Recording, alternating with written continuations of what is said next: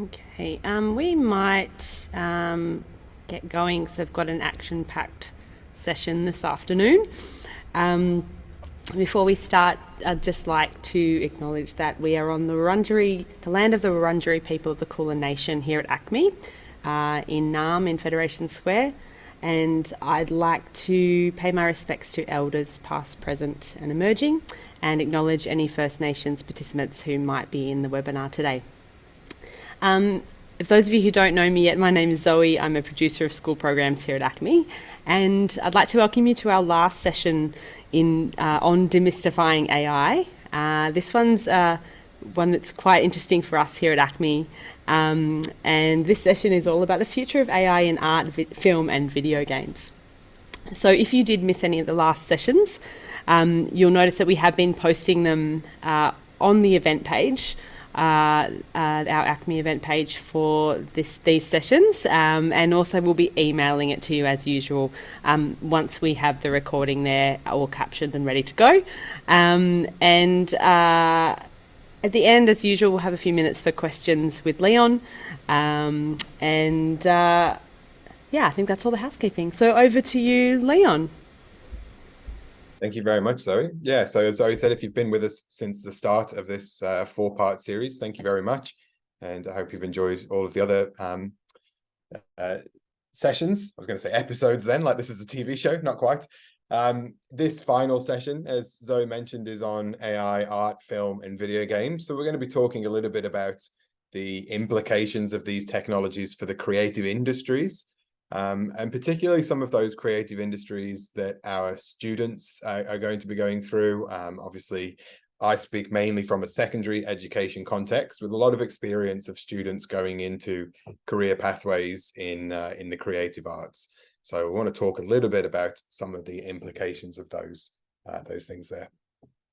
So I'll just reintroduce myself briefly, and then we'll do a bit of a recap through the last 3 sessions and the journey that's got us this far before we launch into some of those discussions on the creative arts and film.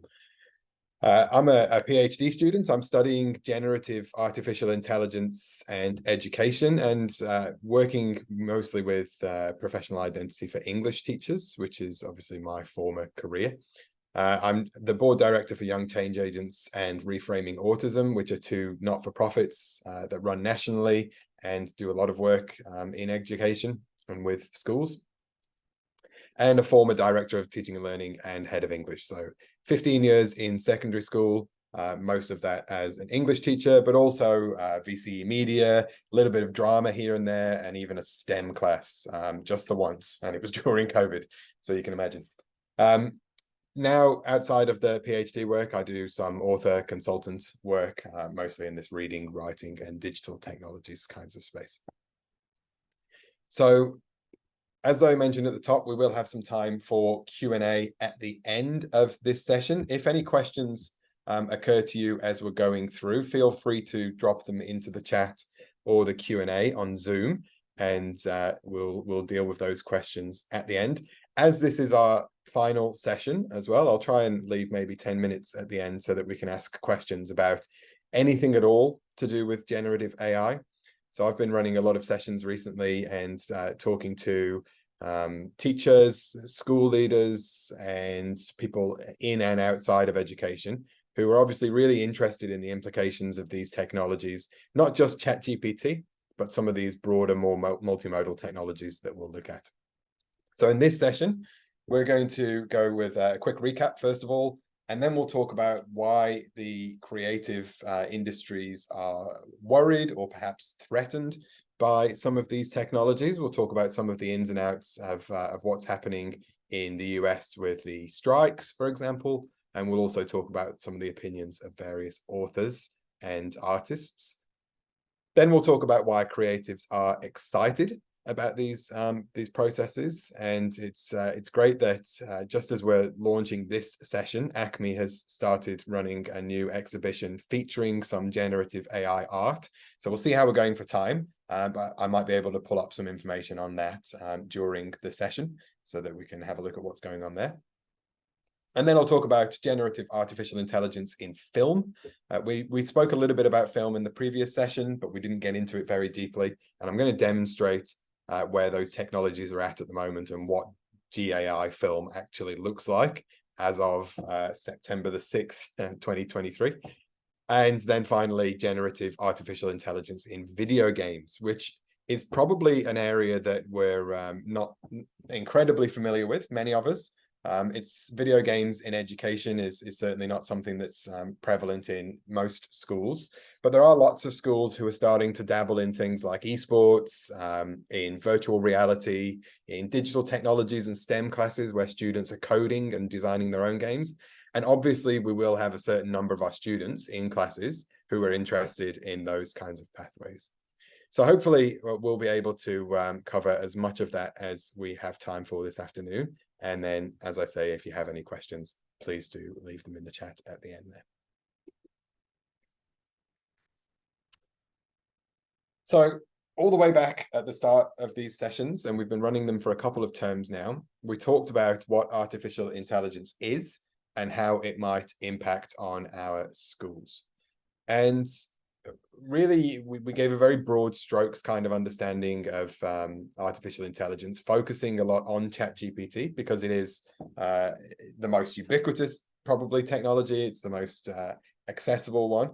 But very quickly, over the course of these sessions, many more technologies have started to roll out that mean that we're going to be interacting with these things in all different kinds of ways.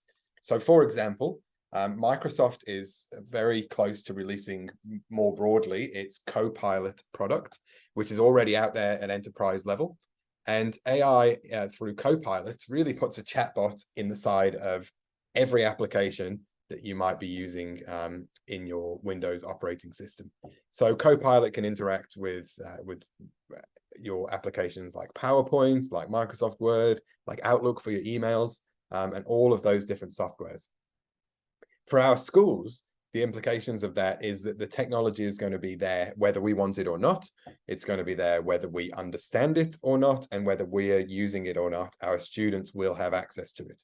So in that first session, we really just talked about what the implications of that are for education and why, as educators, we really do need to be on the front foot with this. In the second session, we dug in much more to the practical side of things and how teachers can actually use these technologies for themselves. So not just how teachers can use them in classrooms with students, but how teachers can actually use them as part of their day-to-day planning, resourcing, lesson plan development, and so on. And then in the previous session, we spoke about AI and media literacy. And that was really where we dug into things like the fake news problems, the potential for people to use artificial intelligence to generate fake images in Midjourney and similar platforms, image generation, and some of the implications of that out in the broader world, such as the 2024 US elections, which are coming up.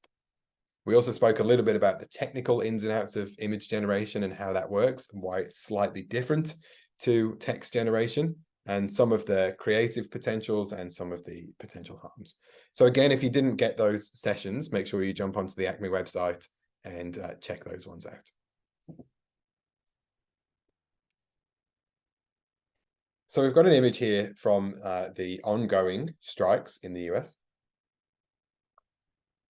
This image is from late in July, and these strikes are still happening.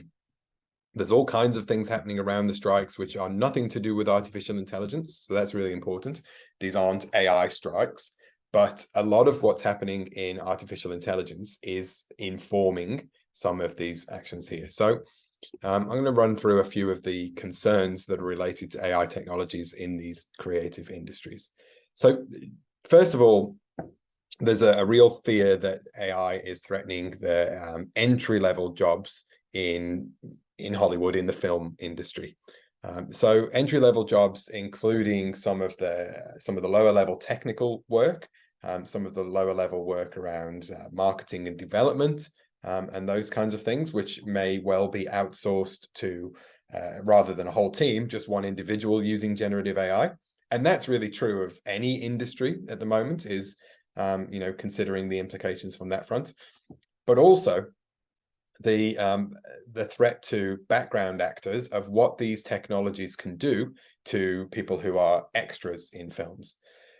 So a studio or studios have proposed that they could own the likeness, a digital scan of the background performers, and that would include their face, their body imagery, not just still imagery, but moving imagery, which could be replicated with artificial intelligence video generation, and then also their voice and audio.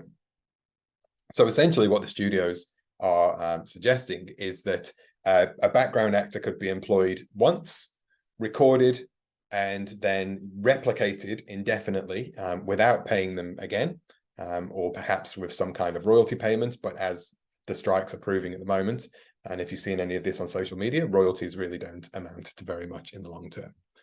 So obviously there are issues there with the way that studios might use these technologies to cut away at their bottom line and make their processes more cost effective, whilst disenfranchising some of those actors who might be using this as a way into the industry, or maybe people who are doing that as part of their career.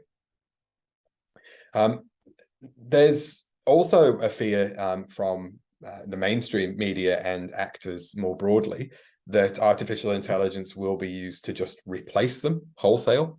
So as well as using AI to replicate background actors in their voices and features, there's a fear that AI might be used to replicate real actors or starring actors, I should say, not real actors. And this is already happening in various contexts. So you might have seen films recently where Harrison Ford has been aged down and made to look younger, and that's using artificial intelligence, using image recognition and composites of his face from earlier films and media, and applying that over the top of the actor as is. So theoretically, that could be done without the actor at all, or another actor could be starred in a film, and then Harrison Ford's likeness could be just applied over the top. That would mean that potentially any famous actor is open to their AI just being used, whether they're in the film or not. The broader implications, there are aspects of these creative strikes, these industry strikes, which have implications in other sectors, including healthcare, including education.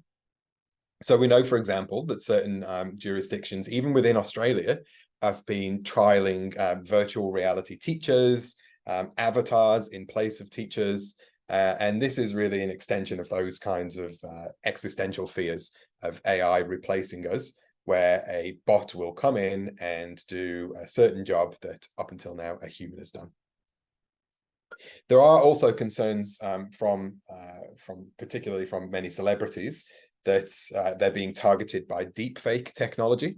So I touched on this in the previous session, but essentially it is now possible to make a very realistic, very compelling image, video, audio of a person. This is very easy for celebrities because there are so many photos of them available online to train these deepfake technologies, and that those deepfake technologies can now replicate them in video, in audio, their voice, their face, their movements, their mannerisms, and that could be used to generate exploitative material, explicit material, or material that might get used for blackmail. So again, these concerns are not just in the creative industries, but there are also specific implications, particularly for people who are in the public eye. Beyond just these actor strikes, I think one really important thing to talk about is the fact that time and time again, the companies developing these AIs have told us that they respect the rights and the intellectual property of creatives, but then time and time again, it's being proven that that's not always the case.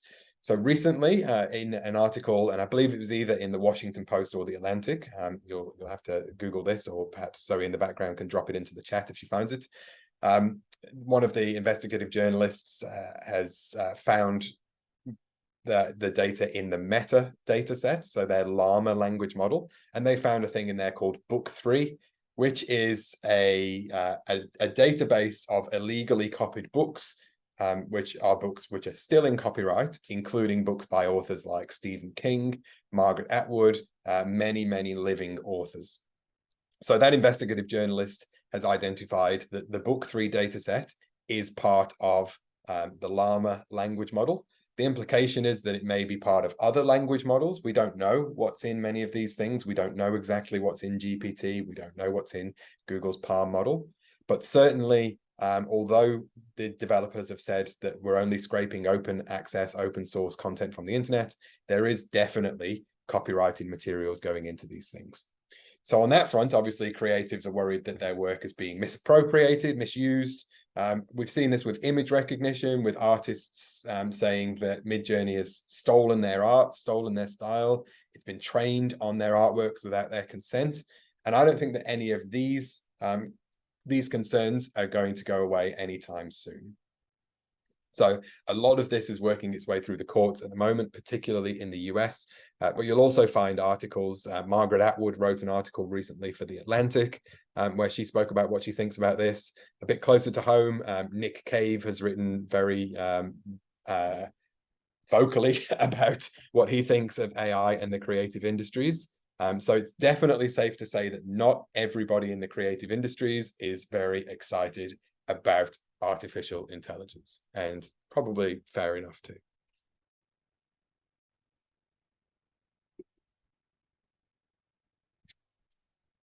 We do need, though, to acknowledge the other side of the fence, and it's rarely the case that these things will be as cut and dried as just being good or bad.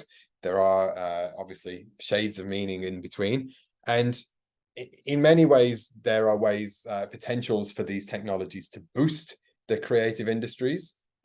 So, for example, it can now be quite cost effective for an independent studio or even a solo filmmaker to create the kinds of effects and the kinds of films that in the past would have required millions of dollars of investment, sponsorship, and lots of money that those independent film producers might not have had access to.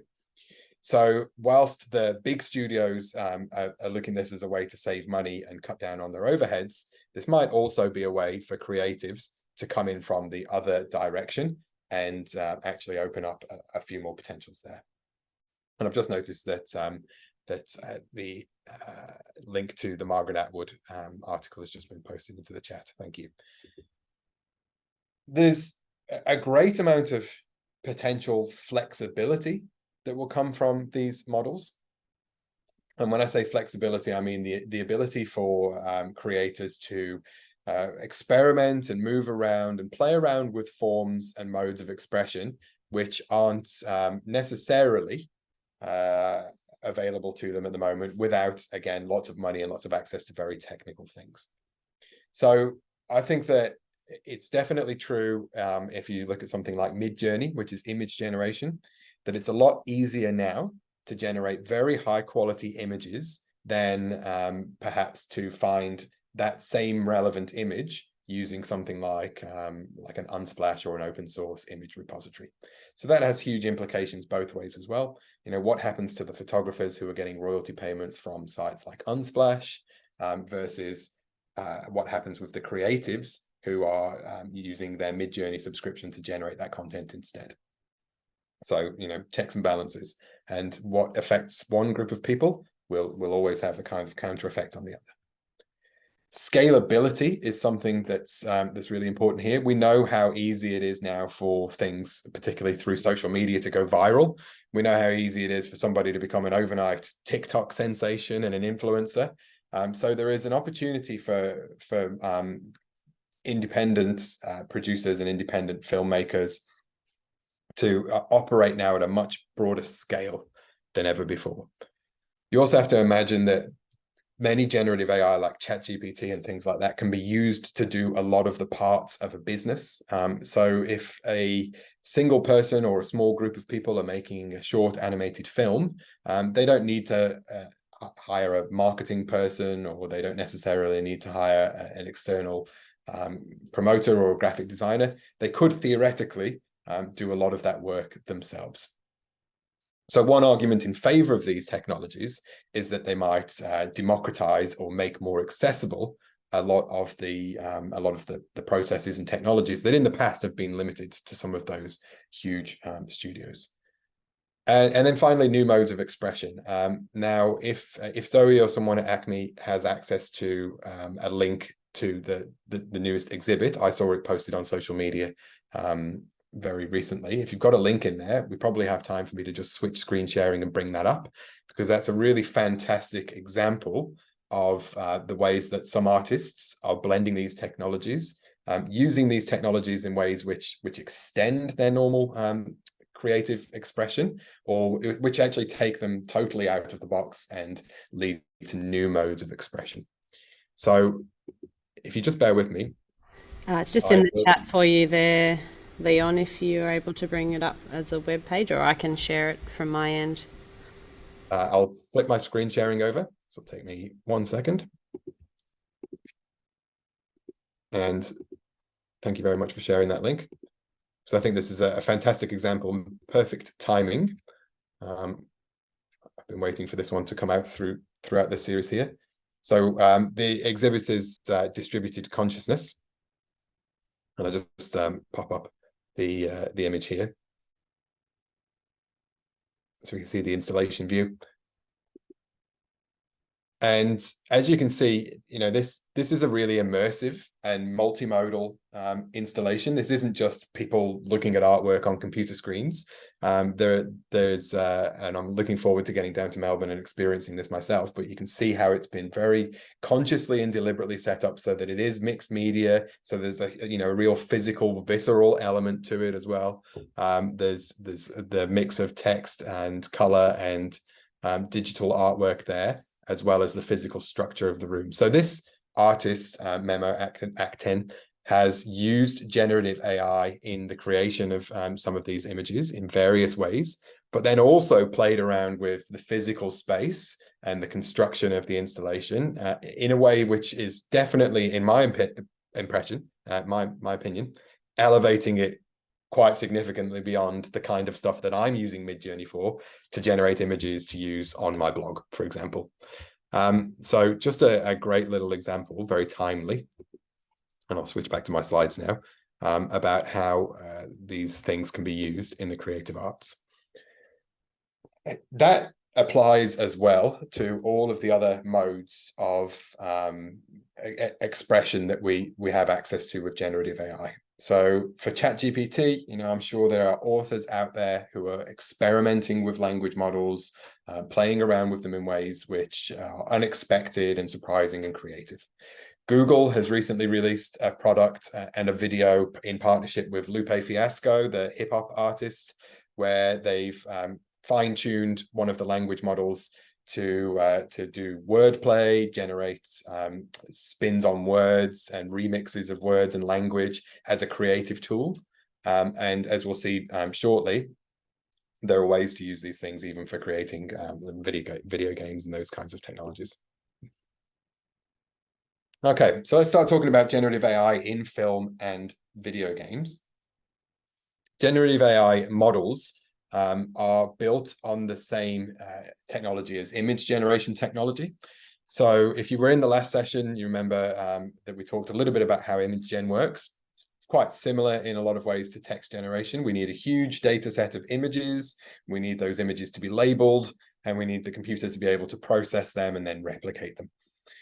Videos are essentially just lots of images strung together in quick succession.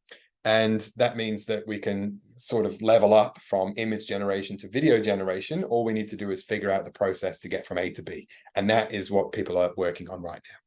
So we now have systems in development which are text to video. So like ChatGPT is text to text, Midjourney is text to image, we're talking text to video now. And that means you can put in a single sentence prompt, and I'll demonstrate one of those in a moment. Single sentence prompt and generate a short snippet of film. Most of them at the moment are limited to about 5 seconds of footage for free and lower tier paid subscriptions. But you can imagine how these are going to scale over the next sort of 12 to 18 months, just in the same way that text and image generation is scaled. Current generations of this technology, as you will definitely see in a moment, are prone to some fairly weird output. If you were following along with image generation, particularly from about mid 2022 onwards, you might remember that image generation has historically had huge problems with generating fingers. You get a lot of fingers that have got, way too many, hands which have way too many fingers, or the fingers are kind of weirdly glued together, unusual lengths. Also, image generation has issues with legs and other kind of moving body parts. If you've got a crowd of people with lots of legs, often, one person will have 3 legs and another person will have 1 leg, and one person might be over here floating in midair. So those kinds of issues in image generation come from the fact that the images aren't, really capable of that kind of fine level of nuance and detail. And some of that's being amplified in video generation at the moment. So we'll see that in a moment. However, generative AI is also being built into video editing software. So we know that programs like Adobe Premiere Pro and Unreal Engine, which can be used for animation as well as video games, are building in generative AI tools. And they won't necessarily always be tools for creating video. Sometimes they'll be tools for editing video as well.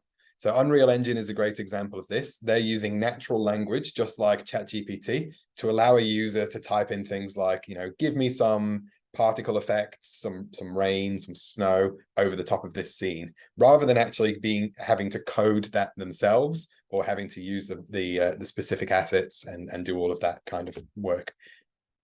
The implications of that for computer-generated imagery, so CGI, and green screen technologies, taking an actor, putting them in front of a green screen and putting them, somewhere else fabulous, is huge. Once these tools start to roll out with a little bit more commercial use, I think we're going to see an incredible explosion of people creating content with these tools.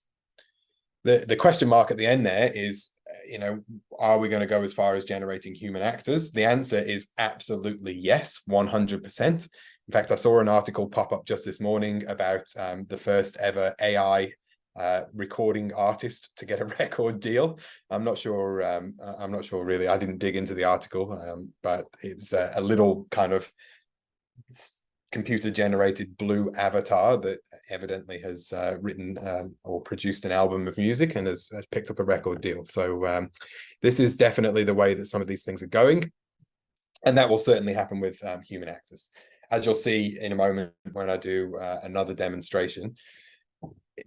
We're already nearly at the point where it's very easy to generate a realistic human. So I'm going to show you a little video clip now, and hopefully you get the video and the sound. And this is 3 or 4 clips from a generative AI image and video creator called Runway, like an airport runway. And all I've done is generated these little 5-second clips and then imported them into TikTok, because it was the quickest and dirtiest film editor that I could think of. It was just bang, throw them into TikTok, stitch them together, and put some dramatic TikTok music over the top of them.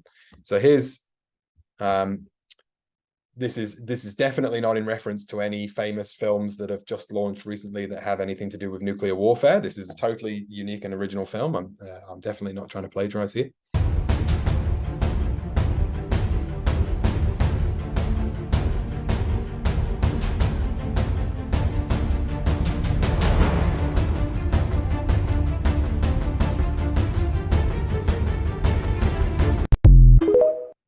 All right, we even get a little TikTok logo at the end there.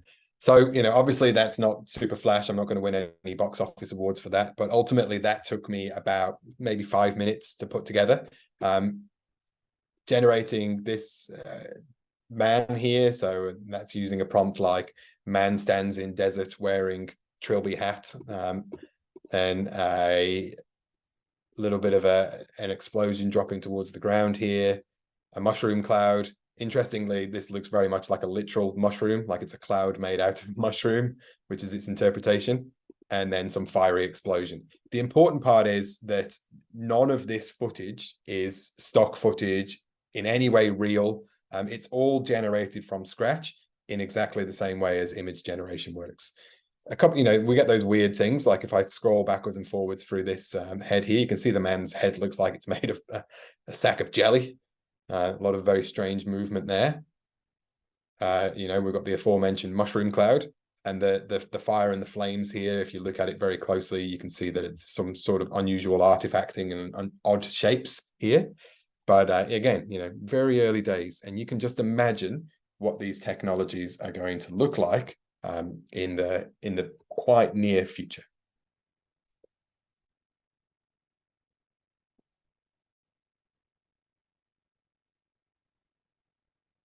Okay, I'm going to move on to talk about generative artificial intelligence in video games now. Again, this is an area where I think, particularly if you're joining us and you're a teacher, perhaps we haven't got a great deal of experience in, so it can be one of those things that we sort of shy away from. There's some great work happening around digital text, digital video games as texts in the classroom. I know that Alex Bacalja, who is one of my colleagues on the English Teachers Council and an academic at Melbourne University, has done some work recently with ACME on video games as texts. So I would encourage you, whatever subject area you're in, to consider ways that video games can be incorporated as part of your teaching practice. And maybe that's things like virtual reality, or maybe it's things like video games as narrative texts in an English classroom. Maybe there are simulations or other kinds of games there. And Zoe has just popped in there the program and resources for those video game lessons from Alex Bacalja. So whatever subject area you're in, check them out. He works in the English field like I do. I'm sure you'll find something that's pretty interesting in there. Because we know that many of our students are engaged with video games, whether they're gamers, or they're into esports, or they just play Minecraft obsessively, or they're into, just a bit of casual gaming. A huge number of our students play and interact with video games.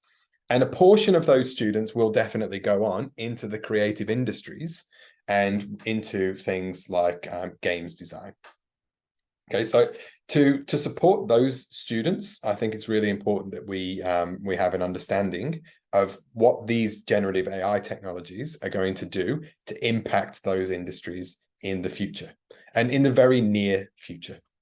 So you'll see lots of great examples of people doing crazy things. And I mentioned Unreal Engine before, which is a really prominent games design software. It's more than just games design, it's 3D design, but it's very popular for creating video games.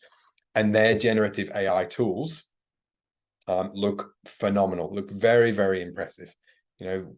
As I mentioned before, students can literally just type something in rather than knowing any of the code, and can have all of that generated for them. You can, of course, use image generation and video generation for backgrounds in video games. So if you have a video game on your smartphone, like a little point and click tappy tap game, the background images and those kinds of things can very easily be generated in something like Midjourney. That raises concerns as well, because we know we've seen recently in the media that a lot of Chinese games developing companies have started to replace their arts and design teams with one or two people using Midjourney. They'll generate all of their images and background art in Midjourney, and then rehire some of the teams that they fired previously on much lower wages to do the kind of boring grunt work of fixing those mangled fingers, making sure that everybody has the right number of eyes, and essentially doing a bit of very low-level photoshopping. So one real danger, particularly in the games and arts industries, is that we take the creative work and we give that to the AI, and then we get the lower kind of drudgy grunt work, and we give that back to humans. We just pay them less. So that's a huge concern, and something that I think we could talk to our students about and have a really great conversation about, because they will tell us, what their hopes and fears are for these technologies if we have those kinds of conversations with them. Text to asset, the second point there is around, as I said before, using natural language prompts, just normal prompts like you would use with ChatGPT, to generate a 3D asset. So not just text to image, but text to a 3D image that can then be put into something like Unreal Engine or Blender and actually manipulated, moved around in space, given actions, made to move in a video game context, put into virtual reality or augmented reality or any of those applications. Natural language level design is very similar. This is just typing in what you want the level to look like. You know, give me a grassy forest with a little woodland glade in the middle with some beams of light, and it does all of that for you. And generative AI powered non-player characters, NPCs, which are the characters that you interact with in video games that aren't you, essentially. And we've already seen a lot of people kind of demoing these capabilities, and there are many big fantasy role-playing games online like Skyrim, which are very popular with communities that will do things like modding, where they take a game and they put their own kind of little bits of code in there to make the things do different things than the developers intended. And we've seen mods already that take ChatGPT and put it into the mouths of video game characters. So when you chat with the non-player character, it comes back with anything unpredictable, you know, dialogue, just in the same way as a chatbot. That's very different from traditional video games, where typically it's been a very scripted kind of dialogue back and forth. So again, you know, the creative implications of this are huge. The implications of this for the video game industry, for animation, you know, there's crossover between video games and films and computer graphic generated images, CGI, and all of those kinds of things. And so these are all industries that our students could potentially be heading towards. Maybe you have an interest in these industries, and these technologies are going to have an impact. So before we wrap up with the Q&A, I'm going to show you one more video. This video is by no means a guide for creating a AAA high-class game or anything like that. It's a bit silly, really. It's just a bit of fun. And it's an example of me using a few of the technologies that we've talked about in this entire series in tandem, making them work together. Now, the video is slightly sped up. Again, you know, you'll have access to the recording, so you can watch it at your leisure. But it's mostly in real time. I think to make this whole thing from end to end took me about 11 minutes, I worked out. The video is about 3 minutes long because I've sped parts of it up. So using Python and Code Interpreter, create a lightweight program that generates a fantasy video character that I can interact with through dialogue, provide the code so I can copy it and run it in a free online developer environment. Don't use any complicated libraries. Let's keep it simple. And I'm using GPT-4 with Code Interpreter turned on. So this is the subscription version of ChatGPT. It's going, yeah, okay, great. I'll make a fantasy game. I can see already it's plagiarized the fantasy characters from Lord of the Rings, Aragorn, Legolas, Gimli, Frodo. It's generating code in Python, which is a language that it can create and run code in. And it's asking me if I want to package that code up. So it's going to put it into a nice little file that I can just take and pop over into a developer environment. Before I do that, I'm going to go one step further and say, generate some paragraphs of introductory dialogue for a character. So it's chosen Legolas. If I were to do this seriously, I would definitely avoid plagiarizing Tolkien. It's given me a couple of cheesy paragraphs of dialogue. I'm going to copy my code that it gave me earlier. I'm just chucking it into a free online Python program. And as you can see, it's run the code. And it's actually given me a little, you know, like a text-based adventure style game. Hi, my name's Gimli. I'm a dwarf. Current health is 63. And then you type in something. Hello, Gimli. Greetings, traveler. What brings you here? So very cheap and cheerful text-based adventure. But let's take this a step further now and bring in some of those other things. So generate a description of the character back on Legolas now as an NPC, a non-player character for a game. Background details, minor details. Okay, and I'm going to take that generated description, put it into Midjourney. Midjourney is image generation. I'm using a prompt called shorten, and I've copied and pasted in the whole paragraph and said shorten this, and it's given me a condensed little prompt. I can choose numbers 1 to 5, and it's going to use that prompt to generate my video game NPC. I'm editing the description a little bit, just tidying it up, making it brown hair partially across his eyes, high cheekbones, etc. And it's going to generate the image. You can see there is a fantasy background image that I've generated. I'll use that in a moment as well. Here's my Legolas. Here he comes, video game style. I'm upscaling, make that one bigger. This is the one I'm going to use. So now I've got a text-based adventure and I've got an image.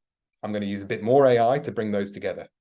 I'm using DID, which is a platform that can take a still image and generate a video that speaks using text that you put in. So I'm putting in the text that I generated in ChatGPT here. I'm going to choose a voice and generate that video. Whilst that's happening, I've gone back over to ChatGPT and I've asked it if it can give me a point and click adventure game using my images. Basically, I said, if I give you the images, can you create a point and click adventure game that works in a web browser? It says, yep, absolutely, runs the code, generates those files for me. And as you can see here, I've got my fantasy background. Legolas is mysteriously floating in the air here because I didn't give very clear instructions. This is just a quick job. Here he is, floating in the sky. But if I click on Legolas, it's going to give me this video of Legolas talking. Greetings. My name is Legolas, son of Thranduil, king of the woodland realm. I hail from the elven kingdom of Mirkwood, a land teeming with ancient magic and untamed wildlife. As an elf, I possess keen senses and agility, gifts that I use to protect my homeland. All right, that's enough Uncanny Valley Legolas talking for now. So you can see all the way through that, and really short video, and you don't worry about keeping up pace with what I actually did there. But essentially, I used ChatGPT to generate a text-based adventure game in a programming language called Python. I know a little bit of Python, but not enough to do that from scratch off the top of my head.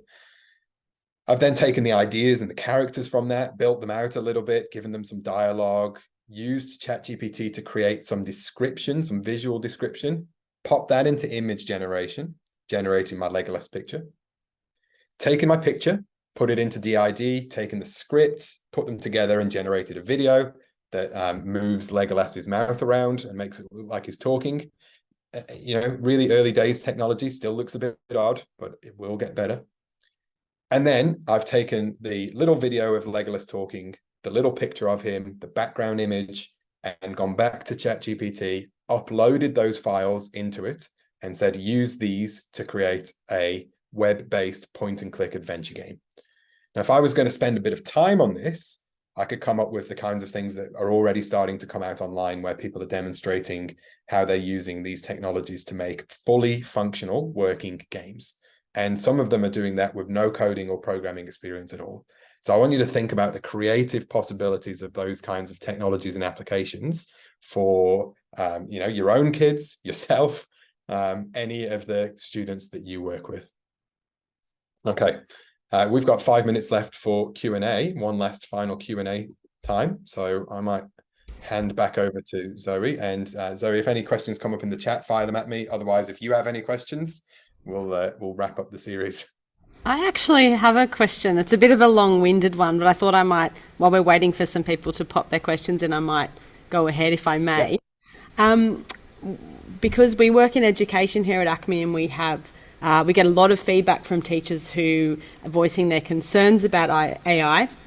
And also as a museum, we're housing artworks that are made either in collaboration with AI or using generative AI. So I'm wondering, do you think, Leon, personally, will get to a point where, and I know the artist Mimo Atkin is encouraging us to, I think in the artist statement, he says to let go of the idea of man versus nature and actually learn to collaborate with and live alongside the machine thinking and learning. I wonder whether, will we get to a point, do you think personally, that we can use this rather than getting over the novelty factor that we can do all this stuff that's a little bit dangerous? Do you think eventually we could use it? For example, I'm thinking of artists who are disabled who might be able to now find new ways of accessibility through AI in making their films and video games and artwork. I'm just Yeah. thinking, yeah, do you think we will be able to find a way to use it for good like that eventually, live I alongside it? think there are some, we're in a kind of rocky stage at the moment. It's very turbulent. And I think there are some really, really potentially fantastic uses of these technologies in terms of accessibility and creativity. So even just the ability to use voice rather than having to, physically program code, generate art, manipulate tools, that's an obvious accessibility win. I think basically right now in education, the impetus is on just knowing what's out there and what exists, the good and the bad, and being able to help students learn to use these tools in ways which are productive and creative and expressive. So, I would hope that long term, the positives of the technologies outweigh the negatives. And even though there's a lot of big scary stuff out there at the moment, I think collaboratively and as a community, we can certainly start to steer that conversation in the right direction. Yeah, absolutely. Thank you. We've got a question here. What advice do you have for teachers about how to approach this technology in terms of managing overwhelm and expectations, etc.?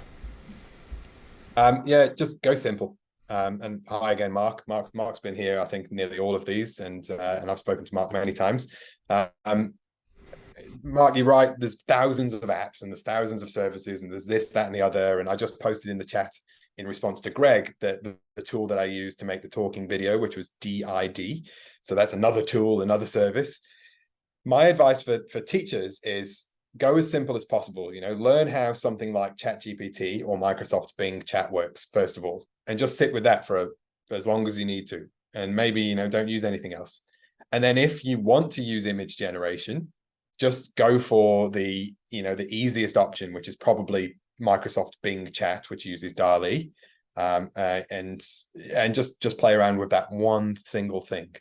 And then if you want to look into video generation, choose one thing, and just keep choosing one thing. I don't use a great deal of applications myself. I used Runway for this session, and I used DID to make that little talking Legolas. But on the whole, I use ChatGPT and Midjourney, and that's pretty much it. In terms of getting overwhelmed with just, what are students doing? What's academic integrity? How are we going to cope with all of this? That's a much bigger conversation. But for me, the answer is to just take a beat, take a breath. Don't get swept up in all of the hype, the positive hype or the negative hype, and just use the technologies for yourself. Wonderful. Another question from Cara. Thanks for all these sessions, Leon. I'm curious what your thoughts are about how this will affect indie authors and creators and the ethics of people with smaller budgets using this to help them get their work out there, even if this means, example, cutting out traditional artists or illustrators and the commissions they are used to. Yeah, it's a fantastic question. I mean, I don't have the answer to this. If I did, I'd probably be loaded. The arguments for and against, I mean, you always hear things like, photography didn't get killed out when people invented digital cameras, or cinema didn't die when TVs were invented, and every new technology doesn't necessarily supplant earlier forms of the creative arts. So in a sense, I think there will be a new wave of artists who are using these technologies. There might be some creatives who are displaced by these technologies. And in the whole, I think people will learn to kind of find their way through, whether it's lots of artists using these technologies in sort of augmenting their own processes, like the one that we saw earlier. And I think there will also be a place always for just human created work. That might even become more valued if there's ways to, genuinely authenticate human created work and say this has been made by a human with no AI. I think in the future, that will be very attractive for a lot of people. Fantastic. So that's all the questions we have now. We might wrap it up as we're out of time. Once again, thank you, Leon, for what's been a fantastic series in demystifying AI. Thank you so much for your expertise and passion. And I hope everyone's enjoyed the series and gotten a lot out of it that you can then go back and take back to your schools and into your careers, and also on your personal AI journeys as well. So as per usual, I will follow up with a recording of this session if you'd like to replay. There's a lot of really good stuff in there today. And if you have any questions, you can contact us at education@acme.net.au. As always, we're always happy to keep the conversation going. So thanks everybody, enjoy your afternoon, and thanks again, Leon. Awesome. Thank you very much. And thanks, Acme, for having me. Pleasure. Thank you. Bye.